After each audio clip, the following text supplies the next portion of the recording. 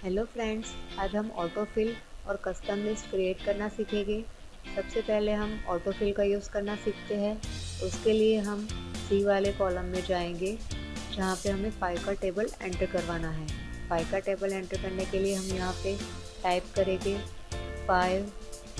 5 के बाद हम यहाँ पे टाइप करेंगे 10, 15, 20, यानी कि हमें हर बार इसे 1 बाय 1 फिल करना पड़ेगा, लेकिन हम इसे ऑटोफिल की हेल्प से एक साथ में पूरा टाइप कर सकते हैं। तो उसके लिए हम क्या करेंगे, इस वाले सेल को हम पहले तो सिलेक्ट कर लेते हैं, उसके बाद इसे रिमूव कर देते हैं। वापस से हम सी वाली सेल में जाएंगे जहाँ पे हमें 5 का टेबल एंटर करना है। पहले तो हम लिखेंगे यहाँ पे 5, 10, तो इसे पता चल जाएगा अब हमें 5 के बाद 5 का गैप लेना है, यानी कि अब ये 5 के बाद 10 लेगा और 10 के बाद नेक्स्ट ये 5 का गैप लेता जाएगा।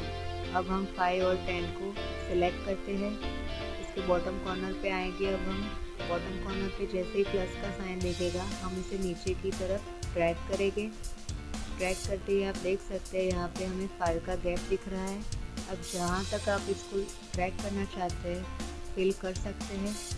यहाँ पे हमने 55 तक फिल किया है। अब इसके लेफ़्ट माउस की को हम यहाँ से रिलीज़ कर देंगे, तो आप यहाँ पे देख सकते हैं हमें 5 का टेबल यहाँ पे दिख रहा है। अब उसके बाद हम किसी और नंबर का टेबल यहाँ पे फिल करना चाहते हैं तो हम ऑटो फिल की हेल्प से यहाँ पे कर सकते हैं। जैसे कि ई वाले कॉलम में हम 15 का टेबल एंटर करेंगे, यहाँ पे लिखेंगे 50, 30, तो ये 15 का गैप अपने आप ले लेगा। 50 और 30 को हम पहले सिलेक्ट कर लेते हैं। उसके बाद हम इसके लेफ़्ट कॉर्नर पे जाके प्लस का साइन आएगा, उसे हम ड्रैग करेंगे। जहाँ तक कि हमें ये फिल करना है वहाँ तक हम फिल करेंगे। उसके बाद हम लेफ़्ट माउस क्लिक को रिलीज़ कर देंगे। तो आप यहाँ पे देख सकते हैं 50 का हमने टेबल ऑटोफिल की हेल्प से यहाँ पे क्रिएट किया है। उसके बाद हम कस्टम लिस्ट का यूज़ करना सीखेंगे। कस्टम लिस्ट क्या है, जैसे हमें किसी एड्रेस की रिक्वायरमेंट बार बार पड़ती है तो बार बार हम अपनी सेल में उसे एंटर करना पड़ता है। यानी कि मान लेते हैं हमारे पास बहुत ही लंबी लिस्ट है और कस्टम लिस्ट की हेल्प से हम उस लिस्ट को पहले से ही क्रिएट करके रखना चाहते हैं तो हम रख सकते हैं, और उस लिस्ट को हम अपनी वर्कशीट पे यहाँ पे डिस्प्ले करवा सकते हैं। उसके लिए सबसे पहले हम विंडो बटन पे जाएंगे, वहाँ पे एक्सेल ऑप्शन पे हम क्लिक करेंगे। एक्सेल ऑप्शन की यहाँ पे विंडो ओपन हो गई। पॉपुलर पे हम देखेंगे, उसके बाद हम यहाँ पे एडिट कस्टम लिस्ट पर क्लिक करेंगे। एडिट कस्टम लिस्ट की यहाँ पे विंडो ओपन हो गई। आप यहाँ पे देख सकते हैं यहाँ पे कुछ लिस्ट क्रिएट किया हुआ है। हम यहाँ पे किसी नेम का लिस्ट क्रिएट करते हैं और यहाँ पर नेम एंटर करते हैं।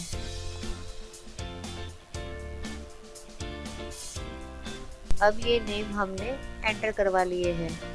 अब हम यहाँ पे ऐड करवाएंगे वो नाम। ऐड करते हैं, ओके करेंगे, फिर से ओके करेंगे।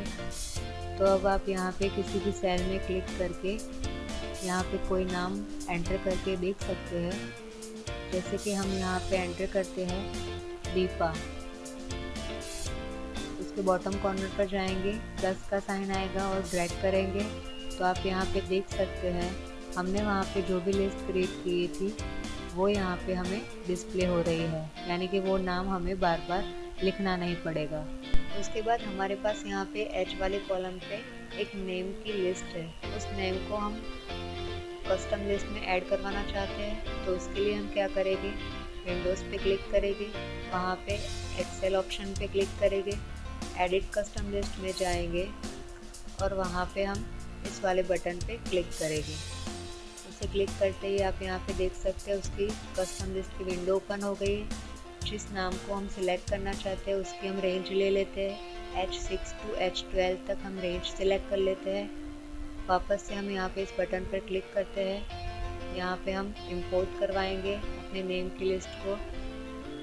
उसके बाद हम ओके बटन पे क्लिक करते हैं, फिर से ओके पे क्लिक करते हैं। तो आप यहाँ पे देख सकते हैं हमने ये वाला लिस्ट जो है वो कस्टम लिस्ट में ऐड करवा लिया है। अब हम किसी एक सेल पर क्लिक करके यहाँ पे कोई नाम ऐड करते हैं, जैसे कि हम यहाँ पे दिव्या लिखते हैं। बॉटम कॉर्नर पर जाएंगे, हम इसके ड्रैग करेंगे तो आपको यहाँ पे वही लिस्ट मिलेगा जो हमने कस्टम लिस्ट में इंपोर्ट करवाया था। अब हम किसी एक लिस्ट को रिमूव करना चाहते हैं तो उसके लिए विंडो बटन पर जाएंगे, एक्सेल ऑप्शन पर क्लिक करेंगे, कस्टम एडिट लिस्ट में जाएंगे, उसमें जो भी लिस्ट हमें डिलीट करना है उसके ऊपर हम क्लिक करेंगे। डिलीट पर क्लिक करते ही ओके करेंगे तो ये परमानेंटली डिलीट हो गया। इसके बाद ओके करेंगे, फिर से ओके करेंगे तो जो भी लिस्ट आपने डिलीट करवाया है उसमें से हम एक नेम यहाँ पे लिखते हैं, जैसे कि यहाँ पे सेल में हम लिखते हैं सहज। सहज लिखते ही आप इसके बॉटम कॉर्नर पर जाएंगे, ड्रैग करेंगे तो आप यहाँ पे देख सकते हैं जो नाम हमने यहाँ पे लिखा वही नाम नीचे की ओर फिल हो रहा है, यानी कि जो लिस्ट हमने रिमूव कर दी थी वो अब यहाँ पे नहीं शो कर रही है। जो भी नाम हम लिखेंगे वही दिखाई देगा। Thank you.